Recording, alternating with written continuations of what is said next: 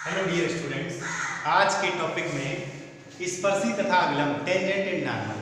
आपने जैसे high school में सीखा था कि एक बिंदु आपका दिया हो,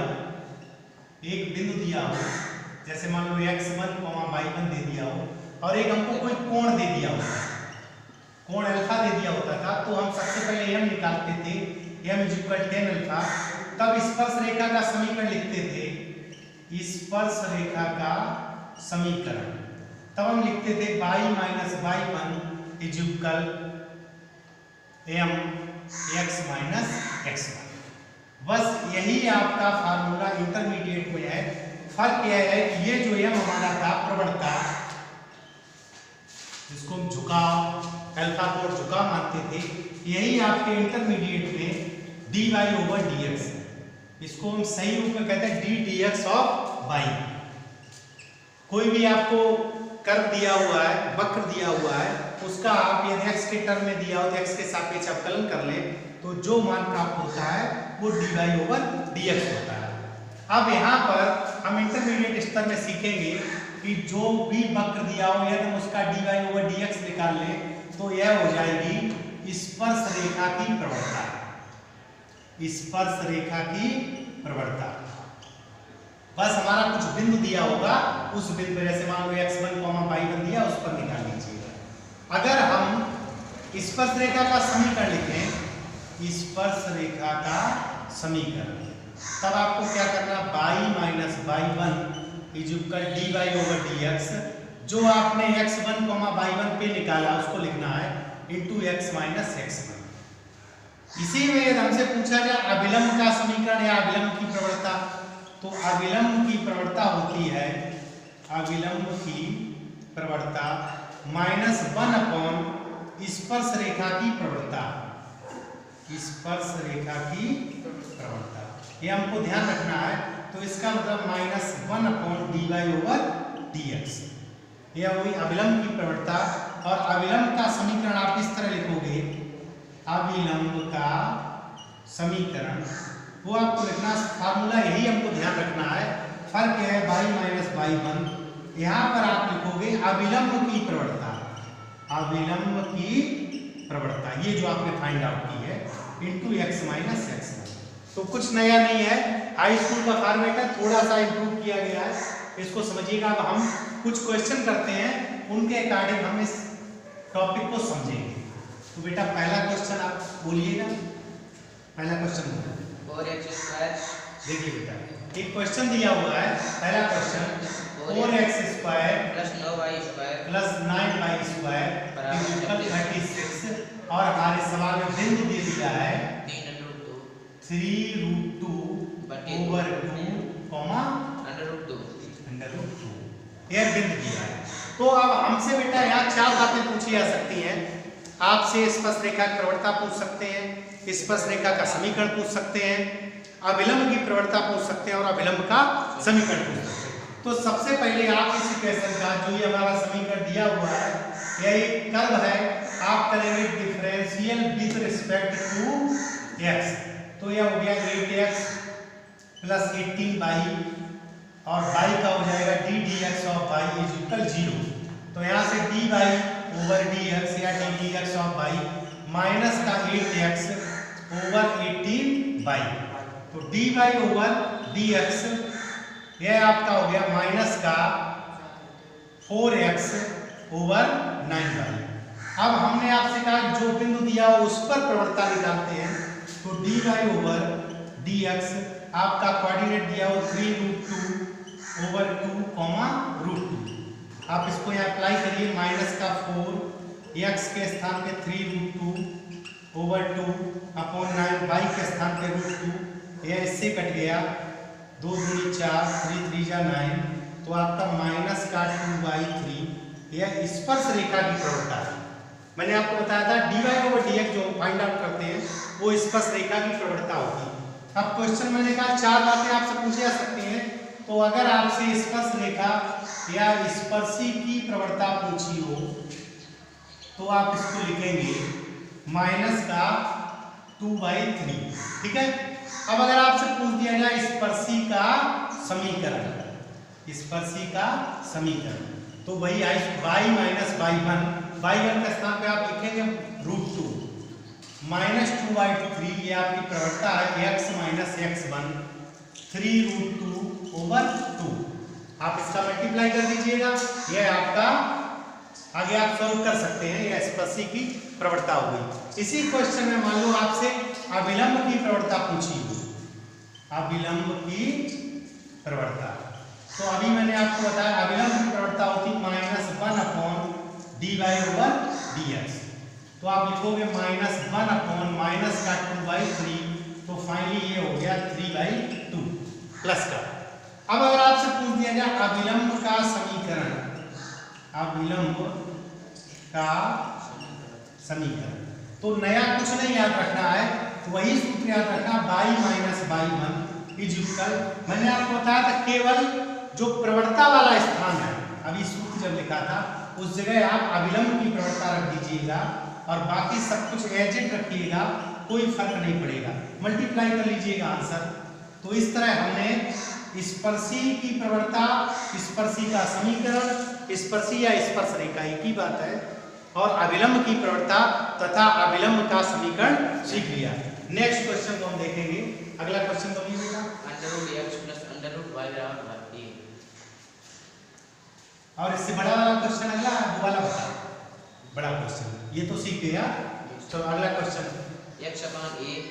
देखिए बेटा, इन्होंने कहा रेखा, पूरा सवाल बोलो, सिद्ध कीजिए कि रेखा x/a देखो + y। बेटा सिद्ध करना, हमको सिद्ध करना है, सिद्ध करना है क्या, x/a + y/b इज इक्वल 1। वक्र हाँ y बराबर b e power b into e पे पावर माइनस x/a, e बिंदु 0, b है, 0, b पर स्पर्श करती है, पर स्पर्श करती है या स्पर्शी है, पर स्पर्श करती है।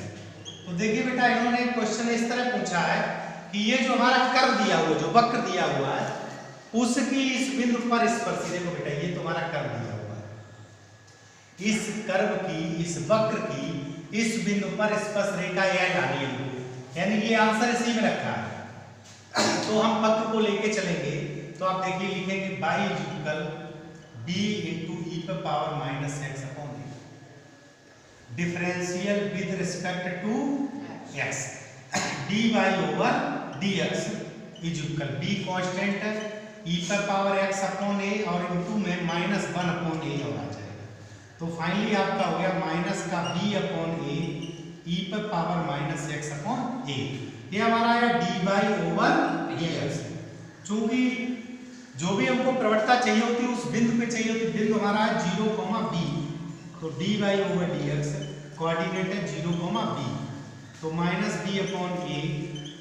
x के स्थान पे 0 लिखेंगे और y के स्थान p, यहाँ y है ही नहीं, केवल x है, तो e की पावर 0 हो गया, यह मान 1 हो गया। फाइनली प्रवणता आई -b/a, यह किसकी प्रवणता, dy/dx, स्पर्श रेखा की प्रवणता। अब आप लिखोगे अतः स्पर्श रेखा का समीकरण, स्पर्श रेखा का समीकरण, आपका सूत्र वही पुराना वाला y माइनस y1 आपका क्या, ये x1 ये y1, तो y1 मतलब b, फिर प्रवणता लिखेंगे -b/a into x minus x1 हमारा 0 है, क्रॉस मल्टीप्लाई कर दीजिए तो a minus ab is equal -bx, dx को इधर ले आइए तो bx plus a is equal ab का भाग दे दीजिएगा, दोनों तरफ ab का भाग दे दीजिएगा, a/ab इज इक्वल ab/ab। तो यह आप देखिए बेटा, b से b कट हो गया, a से a कट हो गया, x/a plus y/b is equal 1। यहाँ से हमने यह सीखा कि कोई भी वक्र दिया हुआ है और उसका बिंदु दिया हुआ है, तो उस बिंदु पर स्पर्शी अविलंब जो भी पूछा है वो हम निकालेंगे। देखिए हमारा यही आंसर आ रहा है बेटा, क्लियर हो गया। अब आगे हम अगले टॉपिक पे चलते हैं।